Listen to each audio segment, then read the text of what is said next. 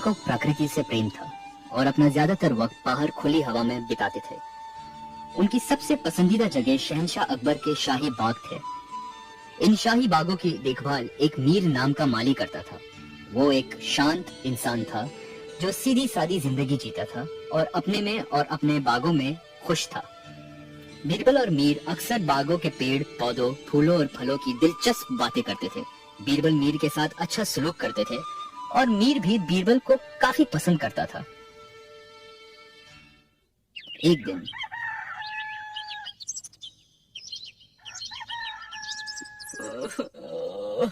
मैं क्या करूं, मैं तो बर्बाद हो गया, मैं लुट गया, मैं क्या करूं, मैं तो बर्बाद हो गया।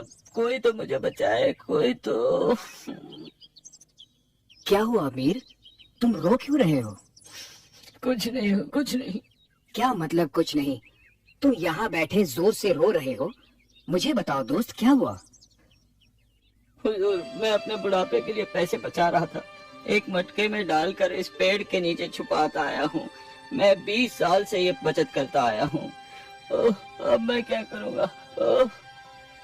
धीरज रखो, सब ठीक हो जाएगा। अब बताओ क्या हुआ? हुजूर, मैंने आज यहाँ पैसों का मटका निकालने के लिए खुदाई की, पर वो यहाँ नहीं मिला। मटका नहीं था, किसी ने चुरा लिया मेरा पैसा। मुझे पता नहीं मैं क्या करूँ, आप ही बताइए मैं क्या करूँ। पर तुमने पैसे यहाँ क्यों रखे? इस तरह जमीन के नीचे छुपा कर क्यों? अपने पैसे घर पर क्यों नहीं रखे तुमने? मैंने सोचा कि कौन इस पेड़ के नीचे देखेगा और मेरा पैसा हमेशा सुरक्षित रहेगा। वैसे भी मैं अपना सारा वक्त यहीं बिताता हूँ, तो मेरी नजर हमेशा उस पर रहती थी।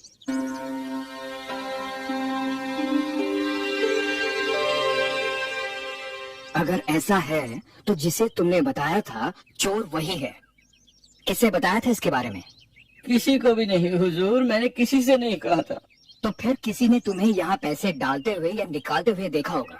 लेकिन यहाँ पर तो किसी का भी आना मना है, सिवाय आपके जहाँपना और उनके कुछ मंत्रियों के। हाँ, ठीक कह रहे हो।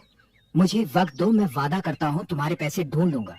अब घबराओ मत, घर जाकर आराम करो।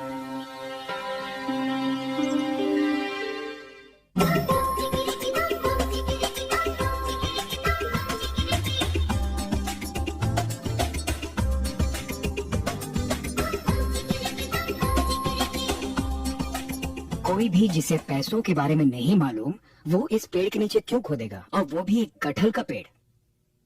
हाँ, कोई वैद्य या हकीम पेड़ के नीचे खोद सकता है दवाई बनाने के लिए। हाँ, ये ठीक है।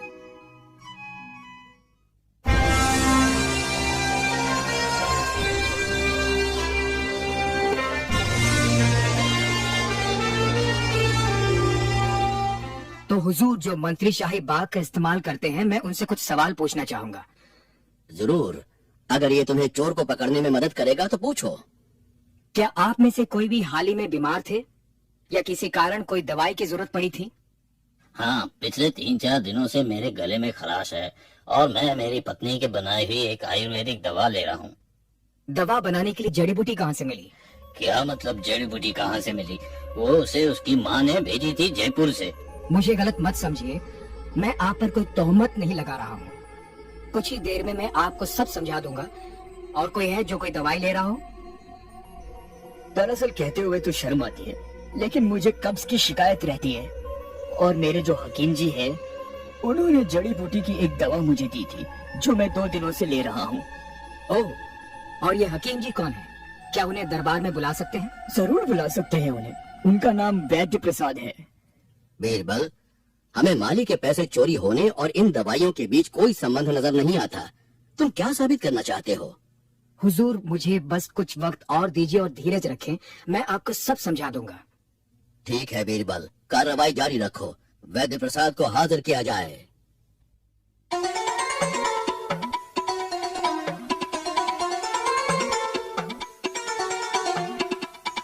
आदाब जहाँपना। आदाब। तुम्हें यहाँ बीरबल ने बुलाया है, हमने नहीं। वो तुमसे कुछ सवाल करना चाहते हैं। वैद्य जी, मैं कब से काफी परेशान हूँ और मैं दरबार में बात कर रहा था तो राज सिंह जी ने आपसे मिलने का सुझाव दिया। आपने उनके लिए एक ऐसी दवा बनाई है जिससे उनका हाजमा ठीक हो गया है। ओह जी जरूर, मैं आपके लिए भी वही दवा बना दूंगा और यकीन मानिए अगले 2 दिनों में आपकी समस्या हमेशा के लिए खत्म हो जाएगी। सचमुच मुझे यकीन नहीं होता, क्या ये समस्या हमेशा के लिए चली जाएगी, और वो भी सिर्फ 2 दिनों में? और मैं कई महीनों से परेशान हूँ। ओह, आप 2 दिनों में बिल्कुल ठीक हो जाएंगे। जैसे राज सिंह जी, वो भी लंबे समय से परेशान थे, लेकिन मेरी दवाई के बस 2 खुराकें और कब से हमेशा के लिए छुटकारा मिला उन्हें। मैं बहुत उत्सुक हूँ, आप ये दवा कैसे बनाते हैं, क्या इस्तेमाल करते हैं? अगर और किसी ने पूछा होता तो मैं ये बिल्कुल नहीं बताता, पर हुजूर क्योंकि आप पूछ रहे हैं इसलिए बताता हूँ। इस दवाई को बनाने में सबसे जरूरी चीज है कटहल के पेड़ के जड़ का अर्क। ओह, हमें चाहिए कटहल के जड़ का अर्क। तब तो मुझे और भी लंबे समय तक परेशान होना पड़ेगा। आपको इस शहर में कटहल का जड़ कहाँ मिलेगा? घबराने की कोई बात नहीं है हुजूर, एक कटहल का पेड़ शहनशाह के शाही बाग में ही है। ओह, ऐसी बात है। खैर वैद्य जी, मैं आपको सच बोलने का एक मौका दूंगा मीर के पैसे लौटाने का।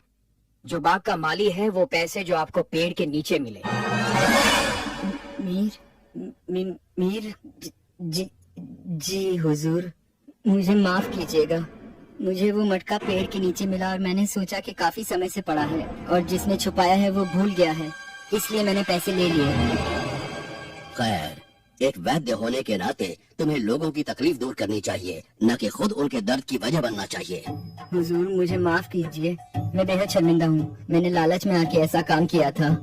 मैं ऐसा अब कभी नहीं करूँगा हुजूर। हुजूर, मुझे लगता है हमें इन्हें माफ कर देना चाहिए सच बोलने के लिए। ठीक है, अगर तुम्हें ऐसा लगता है तो। हुजूर, अब हमें मीर को बुलाकर यह खुशखबरी सुनानी चाहिए। जरूर बीरबल, जरूर। मीर दरबार में पेश हो।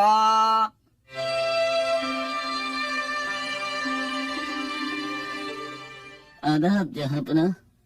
मीर, तुम्हारे लिए खुशखबरी है, तुम्हारे पैसे मिल गए हैं। क्या ये सच है? मुझे यकीन ही नहीं हो रहा। मैंने तो पैसे मिलने की सारी उम्मीद छोड़ दी थी। बहुत बहुत शुक्रिया। इतनी जल्दी नहीं। उस मटके में कितने पैसे थे? जनाब, उसमें 75 सोने की अशर्फियाँ थी। मीर, तुम्हें तुम्हारे पैसे मिल जाएंगे, लेकिन 10 अशर्फियाँ कम मिलेंगी तुम्हारी बेवकूफी के लिए जो तुमने पैसों को ऐसी जगह छुपाए। ये 10 अशर्फियाँ वैद्य जी को सच बोलने के लिए दिए जाएंगे। बीरबल, बहुत खूब, कमाल का इंसाफ किया है तुमने। हमें फख्र है तुम पर। लेकिन हमें ये बताओ, आखिर तुम्हें एक वैद्य की बात कैसे सूझी? हुजूर, मुझे एक वैद्य की बात इसलिए सूझी क्योंकि उनके पास ही कोई अच्छा कारण हो सकता है कटहल के पेड़ के नीचे खुदाई करने का, वरना और कोई तो फल तोड़ेगा, जड़ नहीं। बहुत खूब, शाबाश बीरबल, शाबाश। शुक्रिया जहांपना, शुक्रिया। शुक्रिया हुजूर, शुक्रिया।